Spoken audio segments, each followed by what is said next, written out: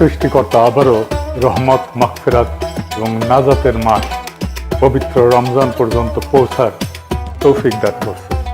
বাংলাদেশের সকলের প্রতি পবিত্র রমজানুল মোবারকের আন্তরিক শুভেচ্ছা এবং মোবারকবাদ। আল্লাহ সুবহানাহু ওয়া তাআলা যেন আপনাদের সিয়াম, কিয়াম, তেলাওয়াত, দোয়া এবং সকল ইবাদত কবুল করেন। এই মাহে রমজান আমাদের অন্তরকে পরিশুদ্ধ করুক, তাকওয়া বৃদ্ধি করুক এবং আমাদের ব্যক্তিগত এবং সামষ্টিক জীবনে ইনসাফ, সংযম এবং রহমতের বাতাবরণ প্রতিষ্ঠা করুক। রব্বে করিম যেন এই বরকতময় মাসের উসিলায় বাংলাদেশ সহ সমগ্র বিশ্বের উপরে শান্তি, ঐক্য ও কল্যাণ নাজিল করেন।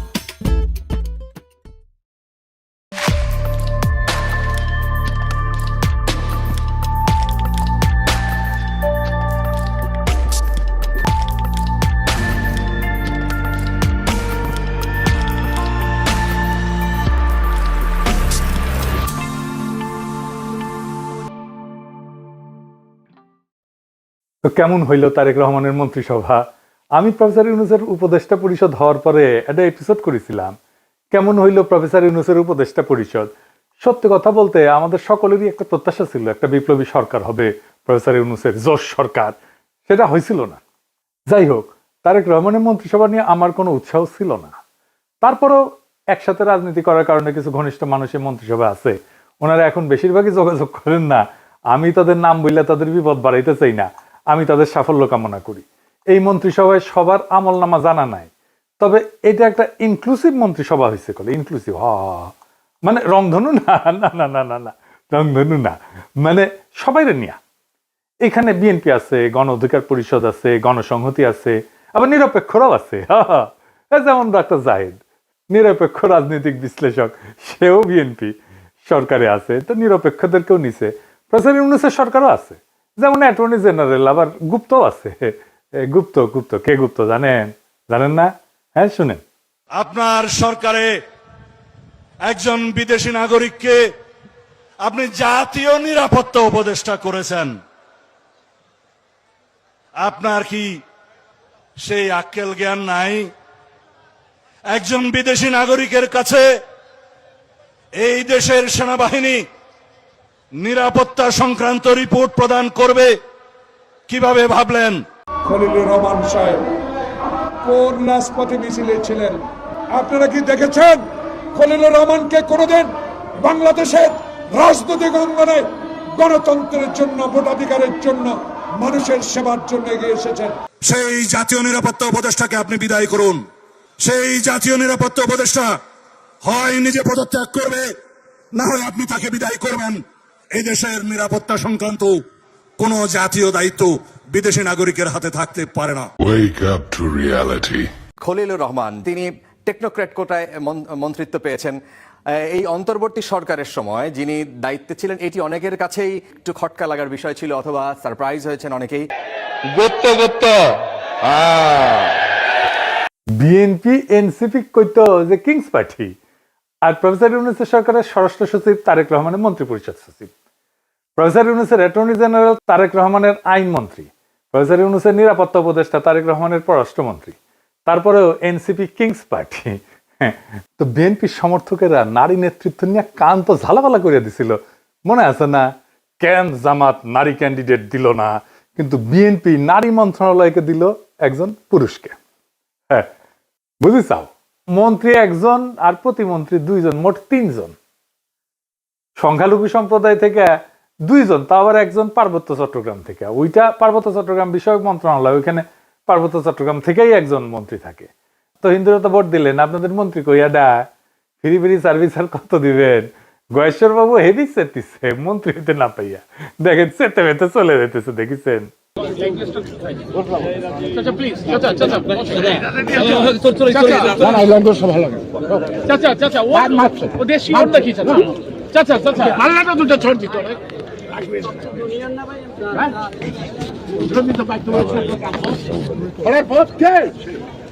দেখেছেন? তাও যে মন্ত্রী বানাইছে নিতাই রায় চৌধুরী, উনি কিন্তু এরশাদের মন্ত্রী ছিলেন। আমরা যখন রাজপথে আন্দোলন করেছি এরশাদের বিরুদ্ধে, তখন উনি এরশাদের শেষ টাইমের মন্ত্রী হইলেন, ক্রিয়ামন্ত্রী বোধহয়, যুব ক্রিয়ামন্ত্রী বোধহয় হয়েছিলেন। ওরে আমার খোদা, 3 মাস পুরা করতে পারলো না, মন্ত্রী এর সাথে পড়ে গেল, তো মন্ত্রিত্ব আর করা হয়নি উনার।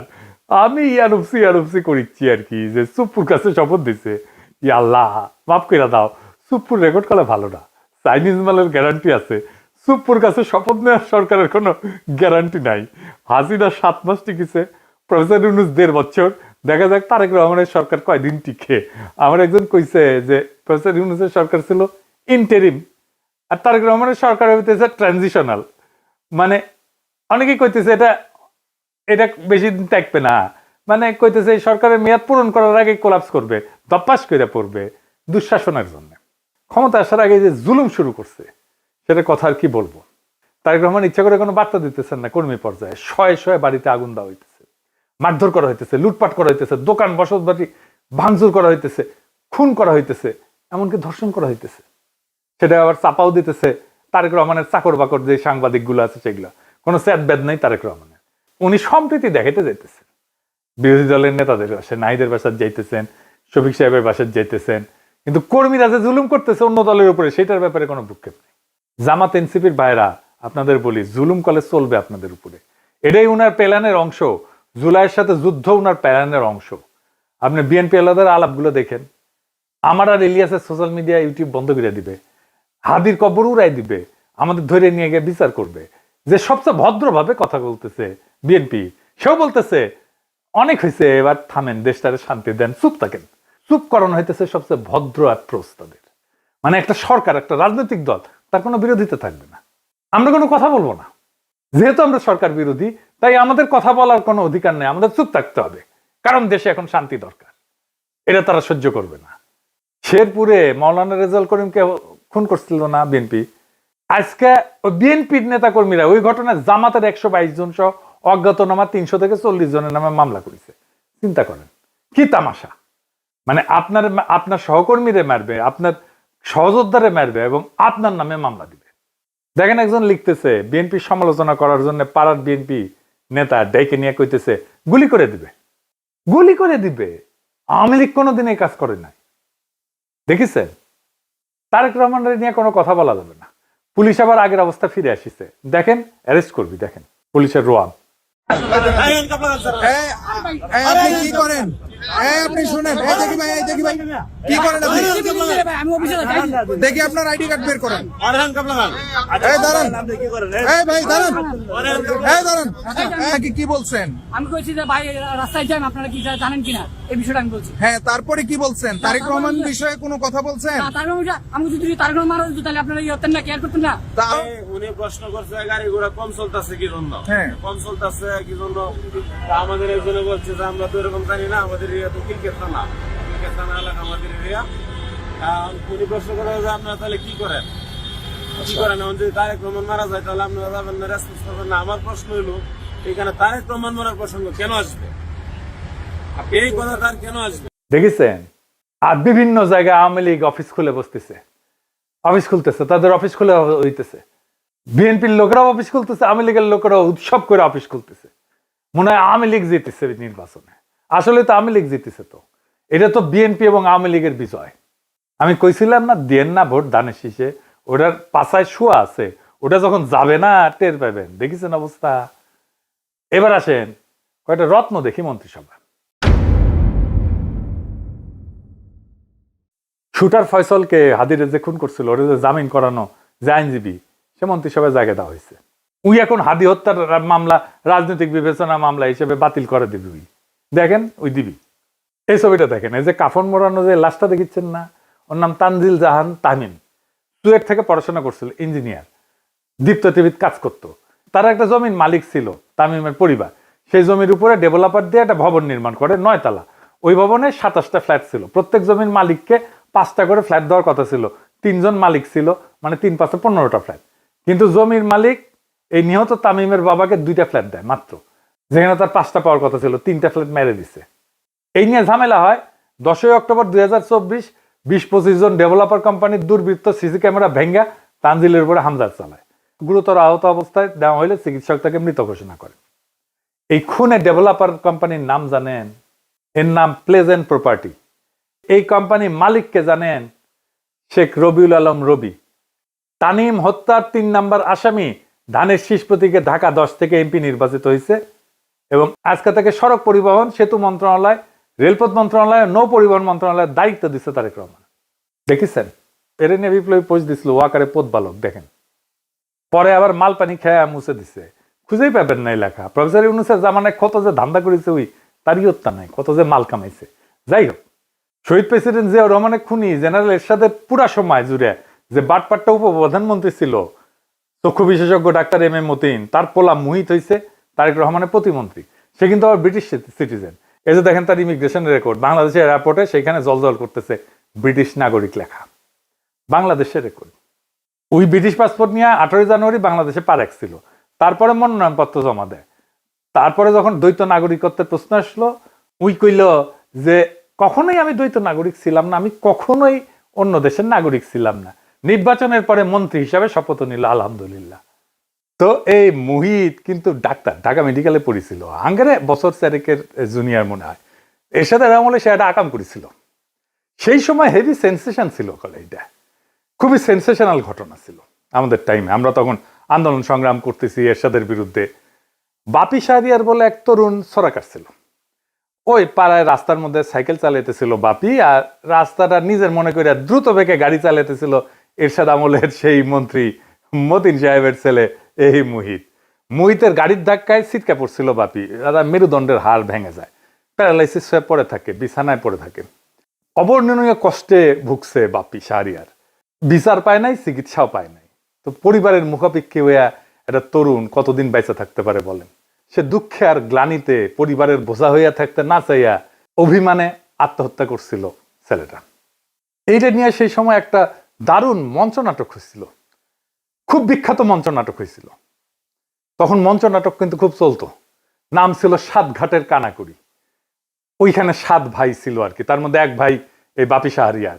এই ঘটনাটা ওই নাটকের মধ্যে আছে, মমতাজউদ্দিন আহমেদের বইও আছে, আপনারা পড়তে পারবেন। এই মহিতি এখন স্বাস্থ্য প্রতিমন্ত্রী হয়েছে। ছাত্র জীবনে জাসদ ছাত্রলীগ করতো, মানে হাসানুল হক ইনুর। তখন জাসদ ছাত্রলীগ বড় এবং প্রভাবশালী সংগঠন। ছাত্র দলও করে নাই, কখনোই করে নাই। এক ফ্যামিলি থেকে নাকি একাধিক প্রার্থী দিবি না বিএনপি, কতগুলো দিছে দেখেছেন এই ফ্যামিলি থেকে। খালি মির্জা আব্বাস ভাই ভাবির জন্য আর একটা নমিনেশন চাইলেই দোষ, তাই না? এই দুনিয়ায় ইনসাফ নাই কলে, বুঝিছেন মির্জা আব্বাস ভাই? একেবারে কোনো ইনসাফ নাই, বেইনসাফের দুনিয়া। সেজন্য তো এত ইনসাফ করি। আমাদের একজন বনমন্ত্রী উপহার দিচ্ছেন তারেক রহমান, উনি বনে যায় হেগে আসবেন, একদম পারফেক্ট হয়েছে। ভালুকায় বন বিভাগের যে বন আছে না, এটার জমি উনি খায়া ফেলছিলেন। এই উনার পছন্দের ফোনদের আলোর রিপোর্ট দেখেন, আরে উপরে দেখেন, উপরে আর একটা নাম আছে মিজানুর রহমান সিনহা, এটা সাহেব, এটা দেখেন, হাইলাইট করে দেখান। নাম দেখেছেন না? এই মালুকালের বিএনপি বন খেকো আব্দুল আল মিন্টুরে দিছে বনের দায়িত্ব, শিয়ালের কাছে মুরগি বর্গা দিছে। চমৎকার একটা ইন্টারেস্টিং জিনিস দেখাই। আমার এক একনিষ্ঠ ভক্তরে তারেক রহমানের মন্ত্রিসভায় তারে মন্ত্রী বানাইছে বিজ্ঞান এবং প্রযুক্তি মন্ত্রণালয়। ওই হামাক কেন অনুসরণ করে বুঝলাম না। তারা গেছে জাতীয় স্মৃতিসৌধে, আইসা ফটো মারিছে, ফটো খিচিছে, তারপরে ফটো ফেসবুকে দিছে। সে ফেসবুকে শেয়ারে দিয়ে বাংলায় তার মন্ত্রণালয়ের নাম এটা কি লিখেছে দেখছেন? বিজ্ঞান প্রযুক্তি লিখতে গিয়া আমার মতো লিখেছে প্রযুক্তি। পরে পাবলিকের হাসাহাসি দেখে এডিট করেছে। শোনেন ভাই, সমালোচনায় ভেঙে পড়বেন না। হাতি চললে কুত্তা ভুক ভুগাবে, আপনি এভাবেই লিখিবেন হাসাহাসির মায়ের বাপ, তাইলে দেখবেন একদিন আপনি ঠিকই পাবনা পৌঁছে গেছেন। তো বিএনপি মন্ত্রী সবাই এমন সব রত্ন আছে, হে বিএনপি সবিন পার্টি ভান্ডারে তো বিবিধ রতন, কারে ছাইরা কারে ধরি। সুকুমার রায়ের একটা ছড়া ছিল সৎপাত্র, ওইটার সাথে মিল আছে বিএনপির মন্ত্রিসভার। শুনবেন? শুনেন, মজা। শুনতে পেলাম পোস্তা গিয়ে তোমার নাকি মেয়ের বিয়ে, গঙ্গারামকে পাত্র পেলে, জানতে চাও সে কেমন ছেলে? মন্দ নয় সে পাত্র ভালো, রং যদিও বেজায় কালো, তার উপরে মুখের গঠন অনেকটা ঠিক পেঁচার মতো। বিদ্যে বুদ্ধি বলছি মশাই, ধন্যী ছেলের অধ্যবসায়। 19টি বার ম্যাট্রিকে সে ঘায়েল হয়ে থামলো শেষে। বিষয় আশায় গরিব বেজায়, কষ্টে সৃষ্টে দিন চলে যায়। মানুষ তো নয় ভাইগুলো তার, একটা পাগল একটা গোয়ার, আরেকটি সে তৈরি ছেলে, জাল করে নোট গেছেন জেলে। কনিষ্ঠটির তবলা বাজায়, যাত্রা দলে 5 টাকা পায়। গঙ্গারাম তো কেবল ভোগে পিলের জ্বর আর পাণ্ডু রোগে, কিন্তু তারা উচ্চ ঘর কংসরাজের বংশধর, শ্যামলাহিরি বনগ্রামের কি যেন হয় গঙ্গারামের। যা হোক, এবার পাত্র পেলে এমন কি আর মন্দ ছেলে। তো একদিন পরে একটা গণতান্ত্রিক ভাবে নির্বাচিত সরকার পেলাম, তার একটা মন্ত্রিসভা পেলাম, পেছেন একটা মন্ত্রিসভা, মন্দ না। চারিদিকে তো দেখি যাত্রাপালা চলিচ্ছে, কাজ মারে ধুলায় অন্ধকার। এবার আসেন জুলাই বিপ্লবের সাথে কি করেছে বিএনপি সেটা দেখি। এমপিদের দুইটা শপথ নেওয়ার কথা ছিল, একটা হইতেছে সংসদ সদস্য হিসেবে শপথ, আর একটা হইতেছে সংবিধান সংস্কার কমিটির সদস্য হিসেবে শপথ। বিএনপি সংবিধান সংস্কার রক্ষার শপথ নেয়নি, কারণ তারা পুরানো আওয়ামী সেকুলার রাজনৈতিক বন্দোবস্তের বাইরে যেতে চায় না, পুরনো সংসদীয় কাঠামোর ভেতরেই থাকতে চায়। সংবিধান সংস্কারের গণভোট যে জনরায় তৈরি হয়েছে সেখান থেকেও তারা নিজেদেরকে দূরে রাখছে। তাদের কর্মীরা মাঠে না ভোটের পক্ষে ক্যাম্পেইন করছে, আমরা দেখছি, অনেক রেকর্ড আছে। মানুষ এখন বুঝতে শুরু করছে এটা পরিবর্তনের রাজনীতি না, এটা অবস্থান রক্ষার রাজনীতি। রাষ্ট্রের আমূল সংস্কারের প্রশ্নে এরকম অনীহা থাকলে নতুন কিছু হবে না, পুরনোই রং বদলাবে। জুলাই ছিল পরিবর্তনের অঙ্গীকার, যদি সেই অঙ্গীকার থেকে সরে দাঁড়ানো হয় তাহলে জনগণের আকাঙ্ক্ষার সঙ্গে সেটা সাংঘর্ষিক হবেই। এর বিপরীতে এনসিপি জামাত জোট সংসদে থেকেও সংবিধান সংস্কারের শপথ নিছে, মানে তারা শুধু চেয়ারে বসতে চায় না, কাঠামো বদলাইতে চায়, এমনটাই তাদের দাবি। রাষ্ট্রীয় প্রতিষ্ঠান পুনর্গঠন, রাজনৈতিক সংস্কৃতি বদল, এই অঙ্গীকারের ভেতর দিয়েই তারা আগাইতেছে। এই কারণেই তারা নতুন সরকারের শপথ অনুষ্ঠানে যায়নি। এটা কেবল অনুপস্থিতি না, এটা রাজনৈতিক বার্তা। বার্তাটা পরিষ্কার, জুলাইয়ের দাবির সঙ্গে কোনো আপোষ না।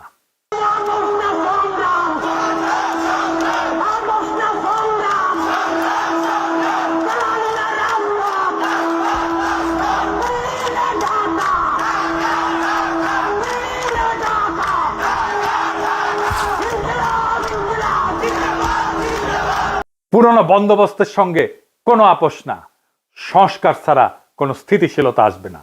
এখন সিদ্ধান্ত জনগণের। ফাইনালি দেখেন, আমি কয়েকদিন আগে কইছিলাম না তারেক রহমান ক্ষমতা এসে মুজিবের মতো বলবে ফেরাউনের দল সব শেষ করে দিয়ে গেছে। এইটা সাহেব আমার আগের ভিডিওর ওই অংশটা একবার একটু দেখান না। বিএনপি ফ্যামিলি কার্ড নিয়ে কিছুই করতে পারবে না, এটা বাস্তবায়নের টাকা বিএনপি জোগাড় করতে পারবে না। আর জোগাড় করতে পারলে বাংলাদেশে মুদ্রাস্ফীতি হবে ব্যাপক হারে। আর তখন 6 মাস পরে এসে বিএনপি বলবে আওয়ামী লীগের অন্তর্বর্তী সরকার সব টাকা নিয়ে গেছে, তাই বিএনপি এটা বাস্তবায়ন করতে পারতেছে না। সর্দির বডিগার্ড যেমন 1972 এসে বলছিল কিচ্ছু নাই, ফেরাউনের দল সব শেষ করে দিয়ে গেছে। শুনেন, টাকা নাই, পয়সা নাই, চাল নাই, ডাল নাই, রাস্তা নাই, রেলওয়ে ভেঙে দিয়ে গেছে, সব শেষ করে ফেরাউনের দল সব শেষ করে দিয়ে গেছে। দেখেছেন? এইবার দেখেন, মোটামুটি প্রায় 2টা খবরের কাগজ, একটা আজকের নিউজ হইতেছে ইউনূস সরকার 23 লাখ কোটি টাকা লোন রেখে গেছে। ভাবটা যেন ইউনূস সরকার 23 লাখ কোটি টাকা নিজেই লোন নিয়েছে এই সরকার চালানোর সময়। সব খবরের কাগজে একই খবর, দেখেন একটা পর একটা। দেখেন এডিটর সাহেব, দেখেন, দেখেছেন, বুঝেছেন কেন এটা করেছে? কারণ ইউনূস সরকার উল্টাপাল্টা খরচ করে নাই। বিজনেস স্ট্যান্ডার্ডের গ্রাফটা দেখেন এডিটর সাহেব, হেডলাইনটাও করেছে বদ নিয়তে, কিন্তু গ্রাফটা এরা ঠিকঠাক দিচ্ছে। প্রত্যেক বছর লোনের অ্যামাউন্টটা দেখান এডিটর সাহেব। ইউনিসেফ সরকার আগের বছর থেকে 25% লোন কম নিয়ে সরকার চালাইছে। জি, এটা 25% কম লোন নিয়ে দেশ চালাইছে। এই টাকা দিয়া তারা আবার হাসিনার আমলে পাওনা ক্লিয়ার করছে তার এই টাকার মধ্যেই, এবং রিজার্ভ ডাবল করছে। সরকার যাওয়ার আগে অবস্থা যত খারাপ দেখানো যায়, ভবিষ্যতে বিএনপির খারাপ পারফরমেন্স করলে বলতে পারবে ফেরাউনের দল সব শেষ করে দিয়ে গেছে। এর জন্য যত না খারাপ দেখাইতে হবে তার চেয়ে বেশি খারাপ। তারেক রহমানের 5টা মিডিয়া এই কাজ করিচ্ছে। প্রফেসর ইউনূস লোন নিছে কত? মাত্র 1.5 লাখ কোটি টাকা। 1.5 লাখ কোটি প্রফেসর ইউনূস সরকারের ঋণ, বাকিগুলো তো শেখ হাসিনার নেওয়া ঋণ। এর থেকে কম ঋণ করে চলার চেষ্টা করতে পারে বিএনপি সরকার, হাউকাও করার কি আছে? প্রথম আলো আবার একটু মডিফাই করেছে, দেখেন যে ইন্ডিয়া, রাশিয়া, চীন থেকে কোনো লোনের প্রতিশ্রুতি আসে নাই। লোন আসে কোত্থেকে? লোন আসে জাপান, এডিবি থেকে, ওয়ার্ল্ড ব্যাংক থেকে। ভাগ্য ভালো লেখেনি যে ভুটান, সোমালিয়াও লোন দেওয়ার প্রতিশ্রুতি দেয় নাই। তো ওটাও লিখেন। বিএনপির আইটি বিশেষজ্ঞ আবার শেয়ার দিচ্ছে ওইটা উৎসাহ নিয়ে। এই আইটি বিশেষজ্ঞ আবার টকশো করে সেইগুলারে নিয়ে যারা হাদির কবর উড়াই দিতে চায়। এইবার একটা জিনিস দেখায় ফাইনালি, ইলেকশন ইঞ্জিনিয়ারিং নিয়ে। ইলেকশন ইঞ্জিনিয়ারিং নিয়ে আমার আগের এপিসোডে হাদির একটা বক্তব্য শুনেছিলেন না? আজকে আবার শোনেন, এডিটর সাহেব আবার শোনেন। এবার যেহেতু আমলারা সিল মারতে পারবেন না, আপনারা দেখেন এই মানে আমার হয় কি, আমরা যখন সিডাপের মতো একটা ভারী ভেন্যুতে কথা বলি তখন এত থিসিস, অ্যান্টিথিসিস, সিনথিসিস এরকম বলি যেগুলো জনগণ কানেক্ট করতে পারে কম। হিসেবটা খুব সোজা হলো যে এই প্রত্যেকটা কেন্দ্রে, একটা কেন্দ্রে মিনিমাম 10টা বুথ থাকে। তো আমরা জানি একটা কেন্দ্রে একজন প্রিজাইডিং অফিসার থাকে, কয়েকজন অ্যাসিস্ট্যান্ট প্রিজাইডিং অফিসার থাকে, প্রত্যেক কেন্দ্রে আবার পুলিং অফিসার থাকে, এবং এই সবাই থাকে ওই উপজেলা বা জেলার লোকজন, মেইনলি স্কুলের টিচার, কলেজের টিচার, মাদ্রাসার টিচার, সাথে কিছু ব্যাংকার, এরা এখানে করেন। ব্যাপার হলো আপনারা এটা খুব কমন স্ট্র্যাটেজি, সেটা হচ্ছে যারা আমরা যাদেরকে হেভিওয়েট প্রার্থী বলি মেইনলি, তারা যেটা করেন 5-7 জন ডামি দাঁড় করায় দেন। ডামি প্রার্থী দাঁড় করাই দিলে হয় কি, তার নামে প্রত্যেক প্রার্থীর নামে আবার পুলিং এজেন্ট দেওয়া যায়, মানে তার নামে এজেন্ট দেওয়া যায়। তো ধরেন আমি নিজেও যেহেতু একজন প্রার্থী, তো আমি প্রার্থী হিসেবে আমার কেন্দ্রে প্রত্যেক জায়গায় আমি একজন করে এজেন্ট দিতে পারবো প্রত্যেকটা বুথে। তো আমার এগেনস্টে যিনি আছেন তিনি যদি আরো 5 জনকে দাঁড় করাই দেন এবং 5 জনের এগেনস্টে আরো 5 জন সে এখানে এজেন্ট দিবেন, তারপরে যেটা হবে পুরো বুথের মধ্যে 10 জনের মধ্যে দেখা যাবে 8 জন বনাম আমার একজন। তো আমার একজন তো সে কুলায় উঠতে পারবে না। এরপর ওইখানে সরকারি যে কর্মকর্তা থাকবে সে তো স্কুল টিচার ভাই, সে তো আসমান থেকে নাজিল হয় না, সে ওখানে আসছে একদিনে চাকরিটা করে হয়তো ওই দিন দায়িত্ব পালন করে 3-4 হাজার টাকা পাবে। এখন যেহেতু সেই ওই স্কুলে আবার চাকরি করা লাগবে, তার কোনো শক্তি নাই ওইখানে যারা দখল করতেছে তাদেরকে বাধা দেয়া, কারণ সে স্কুলেও ফিরতে পারবে না, কলেজেও ফিরতে পারবে না। শুনেছেন, হাদিজা বলে গেছে ঠিক তাই ঘটছে কেন্দ্রগুলোতে। আমি এই ক্লিপটা পাইছি, আজকে আপনাকে দেখাই, গতকালকে আমি পাইনি এই ক্লিপটা, আজকে আপনাকে দেখাই। দেখেন হাদিজা যেটা বলে গেছে সেটাই ঘটেছে। ছিল ও এখন একটু বাইরে গেছে, তার জন্য আমি এখানে বসছি, মানে অনুপস্থিতিতে বসছি, উনি আসতে আমি বসবো। উনি আসতে আমি চলে উনি আসতে আপনার অনুমতি নিয়েছিল আর একজন পুলিং এজেন্টের জন্য বসতে যে দাবি করছে। ও নিয়ে আসছে তো, হ্যাঁ। এটা কার ছবি? আপনার ছবি? হ্যাঁ, তো আপনি যে আর একজনের হয়ে আসছেন বললেন। আমি আসছি বলতে আমি এখন ওনার পক্ষে ছিলাম, তো আমাকে এখন দেওয়া হয়েছে, ওনাদের কেউ নেই সেই জন্য আমাকে দেওয়া হয়েছে। তাদের কেউ নেই, লাঙ্গলের পক্ষে কেউ নেই। আপনি কার হয়ে কাজ করতেছেন? আমি আমরা মানে লাঙ্গলের পক্ষে আমাকে ভাইয়া বলা হয়েছে, তার পক্ষ থেকে লাঙ্গলের নাই দেখে আপনাকে নিয়ে আসা হয়েছে। আপনি মূলত কোন প্রতীকের হয়ে প্রচারণা করছেন? আমি এখন আসলে তো ওনার পক্ষে আসতেছি। নাকি তো আগে ছিলেন কোথায়? ধানের শীষে। ধানের শীষে। জি। আপনি কোন প্রতীকে? আম প্রতীকের। আম প্রতীক। জি জি। আপনার প্রার্থীর নাম কি? প্রার্থীর নামটা এখন মনে আসতেছে না, প্রার্থীর নামটা। কেউ ছিল ধানের শীষের পক্ষ থেকে আসা, কিন্তু ওনাদের কেউ নেই। না ধানের শীষের পক্ষে, আমি তো ধানের শীষের না, উনি ধানের শীষে, আমি প্রার্থীর নাম জানেন না? না, প্রার্থীর নামটা জানেন, এই যে কার্ড সবকিছু ডকুমেন্ট আছে, নো ইস্যু এগুলো। আপনি কি বুঝতে পারতেছেন এখানে কি হয়েছে? দেখেছেন, বিএনপিকে আমাদের একটা কথা বলে দিতে হবে, ক্ষমতা চিরস্থায়ী না, কারো ক্ষমতা চিরস্থায়ী না, না হাসিনার, না প্রফেসর ইউনূসের, না তারেক রহমানের, কিন্তু রাষ্ট্র টিকে থাকে আর জনগণ সব দেখে। বিএনপি যদি সত্যিই নতুন বাংলাদেশ বানাইতে চায় তাহলে সমালোচকদেরকে শত্রু বানায়েন না, ভয় দেখায় নীরবতা কিনতে যায়েন না, মিডিয়া দিয়া এইরকম ন্যারেটিভ তৈরি করেন না যে ভবিষ্যতের অজুহাত তৈরি করবেন। কারণ মানুষ আগের মানুষ নাই, মানুষ এখন হিসাব রাখে, ভিডিও রাখে, স্ক্রিনশট রাখে, স্মৃতি রাখে। জুলাই শুধু একটা মাস ছিল না, জুলাই একটা প্রতিশ্রুতি ছিল, রাষ্ট্র বদলানোর প্রতিশ্রুতি, ক্ষমতার ভাষা বদলানোর প্রতিশ্রুতি। যদি সেই প্রতিশ্রুতি ভাঙেন তাহলে ইতিহাস আপনারে ছাড়বে না, যেমন হাসিনারে ছাড়ে নাই, যেমন মুজিবরে ছাড়ে নাই। ভয় দেখায়েন না, ভয় দেখায়েন না তারেক রহমান, হাসিনারে আর মোদিরে ডরাই নাই। আপনাদের দাবরানি দিয়া ঠান্ডা করে দেওয়া যায়, ডর আপনারা পাইবেন। হাসিনা দিছিল না, একবার ঠাসি দিয়া বালুর ট্রাক সরানোর ক্ষমতা ছিল না, হেডম ছিল না, হরতাল ডাকতেন আর নিজের পড়না পল্টন অফিসের সামনে 20 জন লোক হয় না। আপনারা এখন ভয় দেখাইতেছেন। হ্যাঁ, কারণ হাইসানি এদিতে সে হাসায় দেয়।